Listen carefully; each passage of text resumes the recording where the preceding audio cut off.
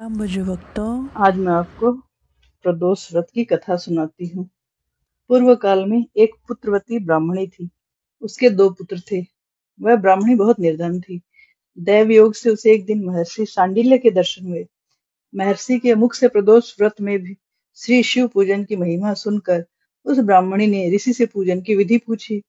उसके श्रद्धा और आग्रह से ऋषि ने उस ब्राह्मणी को श्री शिव पूजन का उपयुक्त विधान बतलाया और उस ब्राह्मणी से कहा, तुम अपने दोनों पुत्रों से भगवान श्री शिव की पूजा कराओ।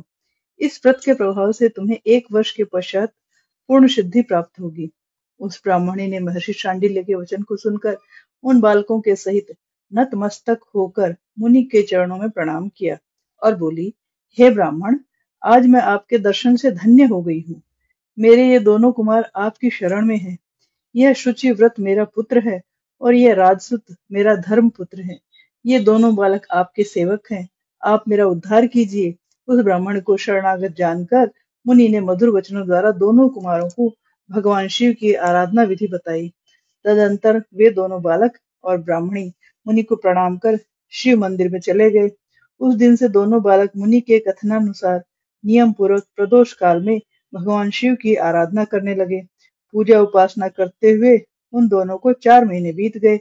एक दिन राजसूत की अनुपस्थिति में शुचि व्रत स्नान करके नदी किनारे चला गया और जल क्रीड़ा करने लगा। संयोग से उसी समय उसे नदी की तलहटी में चमकता हुआ धन का बहुत बड़ा कलश दिखाई पड़ा। उस धन पूरित कलश को देखकर शुचिव्रत बहुत ही प्रसन्न हुआ। उस कलश को वह सिर पर रखकर ले आया। कलश को भूमि पर रखकर वह अपनी माता से बोला, हे माता, शिव जी की महिमा तो देखो। भगवान ने इस घड़े के रूप में हमें अपार धन संपत्ति दे दी है। उसकी माता घड़े को देखकर आश्चर्य करने लगी और राजसूत को बुलाकर कहा, बेटा, मेरी बात सुनो। तुम दोनों इस धन को आपस में आधा आधा बांट लो। माता की बात सुनकर शुचिव्रत अत्यंत प्रसन्न हुआ, किंतु राजसूत ने अपनी असहमति प्रकट करते हुए कहा, हे माँ, यह धन तेरे पुत्र के पुण्य से उसे प्राप्त हुआ है। मैं इसमें किसी प्रकार का भाग लेना नहीं चाहता, क्योंकि अपने किए हुए कर्म का फल मनुष्य स्वयं ही भोगता है। इस प्रकार श्री शिव पूजन करते हुए एक ही ग्रह में उनका 1 वर्ष व्यतीत हो गया। एक दिन राजकुमार ब्राह्मण के पुत्र के साथ वसंत ऋतु में वन विहार करने के लिए गया। वे दोनों जब साथ साथ वन में बहुत दूर निकल गए तो उन्हें वहां पर सैकड़ों गंधर्व कन्याएं क्रीड़ा करती हुई दिखाई पड़ी। ब्राह्मण कुमार उन गंधर्व कन्याओं को क्रीड़ा रत देखकर राजकुमार से बोला, यहाँ पर कन्याएं विहार कर रही हैं, इसलिए हम लोगों को अब और आगे नहीं जाना चाहिए, क्योंकि इस प्रकार की गंधर्व कन्याएं शीघ्र ही मनुष्यों के मन को मोहित कर लेती हैं। इसलिए मैं तो उन कन्याओं से दूर ही रहूंगा। किंतु राजकुमार उसकी बात सुनकर कन्याओं के विहार स्थल में निर्भीक भाव से अकेला ही चला गया। उन सभी गंधर्व कन्याओं में प्रधान सुंदरी उस आए हुए राजकुमार को देखकर मन में विचार करने लगी कि कामदेव के समान सुंदर रूप वाला यह राजकुमार कौन है।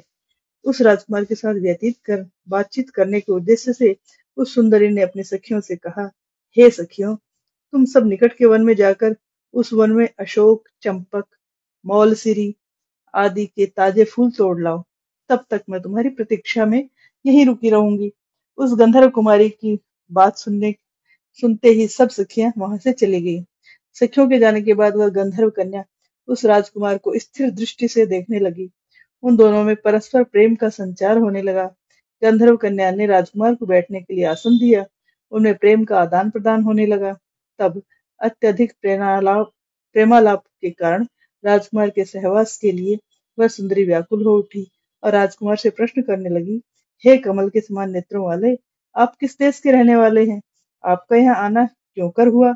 गंधर्व कन्या की बात सुनकर राजकुमार ने उत्तर दिया, मैं विदर्भ राज का पुत्र हूँ। मेरे माता पिता स्वर्गवासी हो चुके हैं। शत्रुओं ने मुझसे मेरा राज्य हरण कर लिया है। इस प्रकार राजकुमार ने अपना परिचय देकर उस गंधर्व कन्या से पूछा, आप कौन हैं? किसकी पुत्री हैं? और इस वन में किस उद्देश्य से आई हैं? आप मुझसे क्या कहना चाहती हैं? राजकुमार की बात सुनकर गंधर्व कन्या ने कहा, मैं विद्रविक नामक गंधर्व की पुत्री अंशुमति हूँ।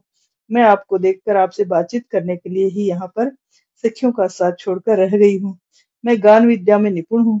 मेरे गाने पर सभी देवांगनाएं रीझ जाती हैं। मैं चाहती हूँ कि आपका और मेरा प्रेम सर्वदा बना रहे।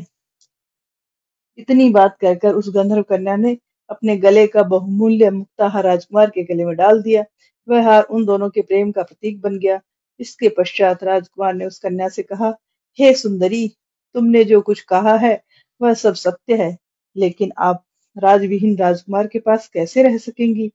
आप अपने पिता की अनुमति लिए बिना मेरे साथ कैसे चल सकेंगी? राजकुमार की बात पर वह कन्या मुस्कुराकर कहने लगी, जो कुछ भी हो, मैं अपनी इच्छा से आपका वरण करूंगी। अब आप परसों प्रातःकाल यहाँ पर आइएगा। मेरी बात कभी झूठी नहीं हो सकती। गंधर्व कन्या ऐसा कहकर पुनः अपनी सखियों के पास चली गई। इधर वह राजकुमार भी शुचिव्रत के पास जा पहुंचा और उसने अपना सारा वृत्तांत उसे कह सुनाया। इसके बाद वे दोनों घर को लौट गए। घर पहुंचकर उन लोगों ने ब्राह्मणी से सब हाल कहा, जिसे सुनकर वह हर्षित हुई। गंधर्व कन्या द्वारा निश्चित दिन को वह राजकुमार शुचिव्रत के साथ उसी वन में पहुंचा। वहां पहुंचकर उन लोगों ने देखा, गंधर्वराज ने उन दोनों कुमारों का अभिनंदन करके उन्हें सुंदर आसन पर बैठाया और राजकुमार से कहा, मैं परसों कैलाशपुरी को गया था। वहां पर भगवान शंकर पार्वती जी के सहित विराजमान थे। उन्होंने मुझे अपने पास बुलाकर कहा, पृथ्वी पर राज्यच्युत होकर धर्मगुप्त नामक राजकुमार विचरण कर रहा है। शत्रुओं ने उसके वंश को नष्ट भ्रष्ट कर दिया है। वह कुमार सदा ही भक्तिपूर्वक मेरी सेवा किया करता है, इसलिए तुम उसकी सहायता करो, जिससे वह अपने शत्रुओं पर विजय प्राप्त कर सके। इसलिए मैं भगवान शिव जी की आज्ञा से अपनी पुत्री अंशुमति आपको सौंपता हूँ। मैं शत्रुओं के हाथ में गए हुए आपके राज्य को वापस दिला दूंगा। आप इस कन्या के साथ 10,000 वर्षों तक सुख भोग कर शिवलोक को चले जाएंगे। शिवलोक में जाने पर भी मेरी पुत्री इसी शरीर से आपके साथ रहेंगी। इतना कहकर गंधर्व ने अपनी पुत्री का विवाह राजकुमार के साथ कर दिया। दहेज में अनेक बहुमूल्य रत्न, वस्त्र, रथ आदि प्रदान किए। इसके अतिरिक्त दास दासियां तथा शत्रुओं पर विजय पाने के लिए गंधर्वों की चतुरंगिणी सेना भी दी। राजकुमार ने गंधर्वों की सहायता से शत्रुओं को नष्ट कर दिया और वह अपने नगर में प्रविष्ट हुआ। मंत्रियों ने राजकुमार को सिंहासन पर बैठाकर राज्य अभिषेक किया। अब वह राजकुमार राजसुख भोगने लगा। जिस दरिद्र ब्राह्मणी ने उसका पालन पोषण किया था, उसे ही उसने राजमाता के पद पर आसीन किया। वह शुचिव्रत ही उसका छोटा भाई बना। इस प्रकार प्रदोष व्रत में श्री शिव पूजन के प्रभाव से वह राजकुमार दुर्लभ पद को प्राप्त हुआ। जो मनुष्य प्रदोष काल में अथवा नित्य ही इस कथा का श्रवण करता है, वह निश्चय ही सभी कष्टों से मुक्त हो जाता है और अंत में वह परम पद का अधिकारी बनता है। हर हर महादेव। हर हर महादेव। हर हर महादेव शंभो।